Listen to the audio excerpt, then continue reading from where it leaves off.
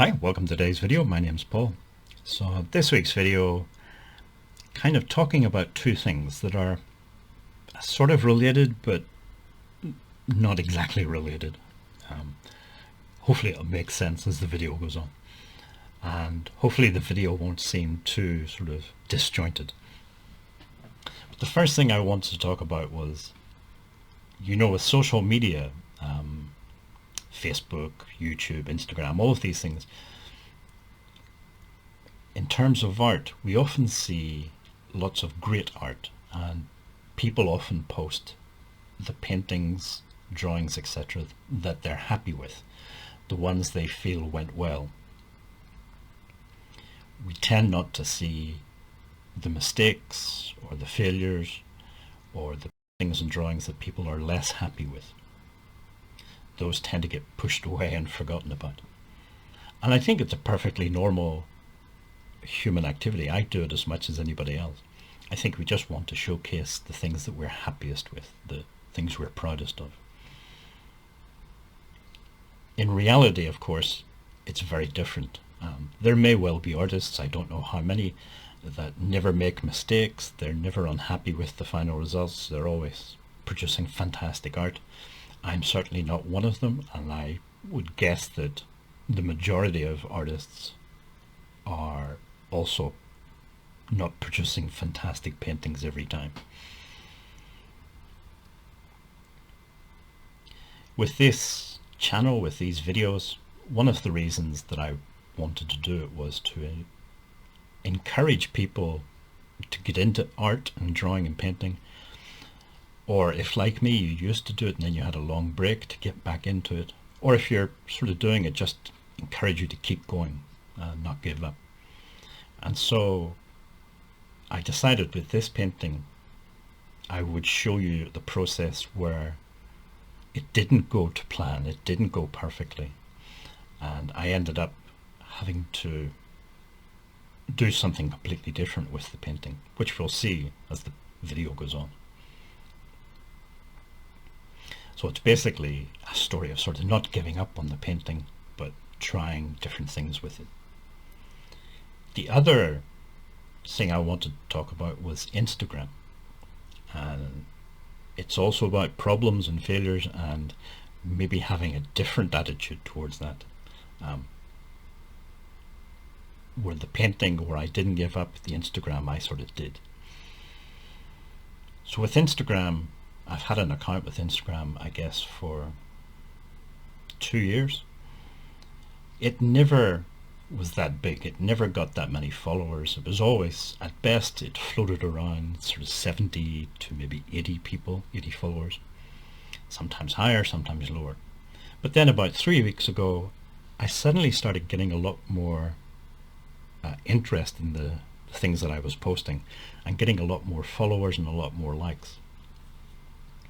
And it went from that sort of 70 to 80 number of followers, and within 3 weeks it was heading towards 500. And I have no idea why, what happened. I wasn't really doing much that was different. But then one morning, a couple of days ago, I tried to open up Instagram, see what was happening, and I was locked out. And the message I got was, we are aware of suspicious activity on your account. I know there are people who obsess over followers and likes and things, and they'll even go as far as buying this stuff.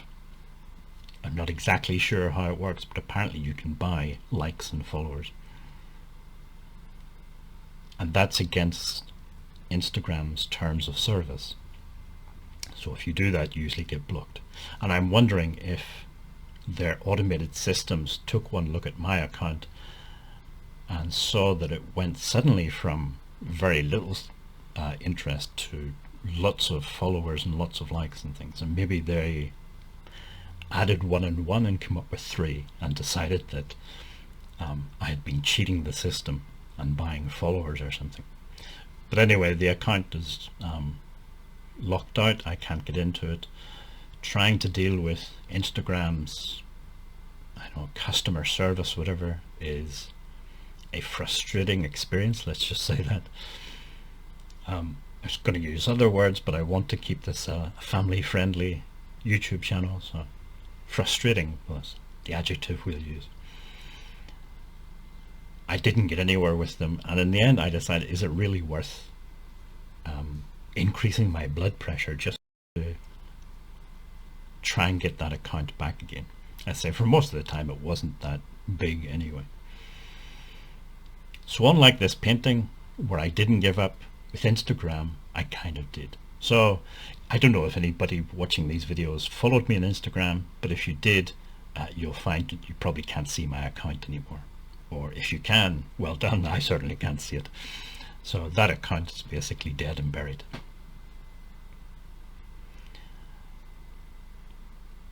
At this point in the painting, this is where I decided that I didn't like it, and you can see I just decided to wipe it all out. With, you know, oil painters have a slight advantage. Because oil paint takes so long to dry, they can always scrape it off back to the canvas again and start over. With watercolor we can't really do that. It starts to get into the paper, the pigment starts to get into the paper and staining the paper, so basically all you can do is sort of move the pigment around a bit and then paint over the top of that. So I just decided at this point that I would just sort of loosen up a bit and just throw some paint on and see what happens.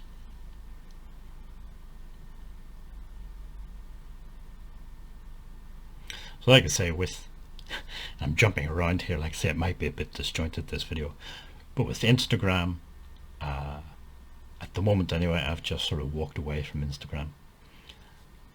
I may try and create another account, who knows, maybe that'll get blocked as well, so we'll see. With this painting, it got to a certain point, and then I decided that once it was dry, I decided to have a go using colored pencils. And you can see a scan of the final result. And you can see in the foreground where I've used the colored pencils. It was an idea that I had in my head before, but I didn't really want to try it out with paintings that I liked because I was worried that I would ruin them. But with this painting I thought, well, I wasn't completely happy with the painting anyway, so I might as well try something different. So I'm not unhappy with the results. I think they're interesting, and so I've decided that it's something that I will start to experiment with going forward, sort of thing. Some of the paintings will be still purely watercolor, but I think I'll also start doing some that are a mixture of colored pencil and watercolor paint. So I don't know if you think, does it work or not work? I think, like I say, I think it's an interesting way of adding detail into the foreground anyway. Okay, well that's my rambly, disjointed video for this week. I hope it made some sort of sense to somebody. I say with Instagram, if you try to look at my old account, you probably can't see it. It's gone. I can't really be bothered trying to get Instagram to reopen it again. With the painting, I didn't want to give up on that. I kept going, and the end result was interesting, and I quite like the end result. And it's also opened up something that maybe I'll try more in the future with other paintings as well. Well, if you made it this far in the video, thank you for watching, and hopefully see you in the next video.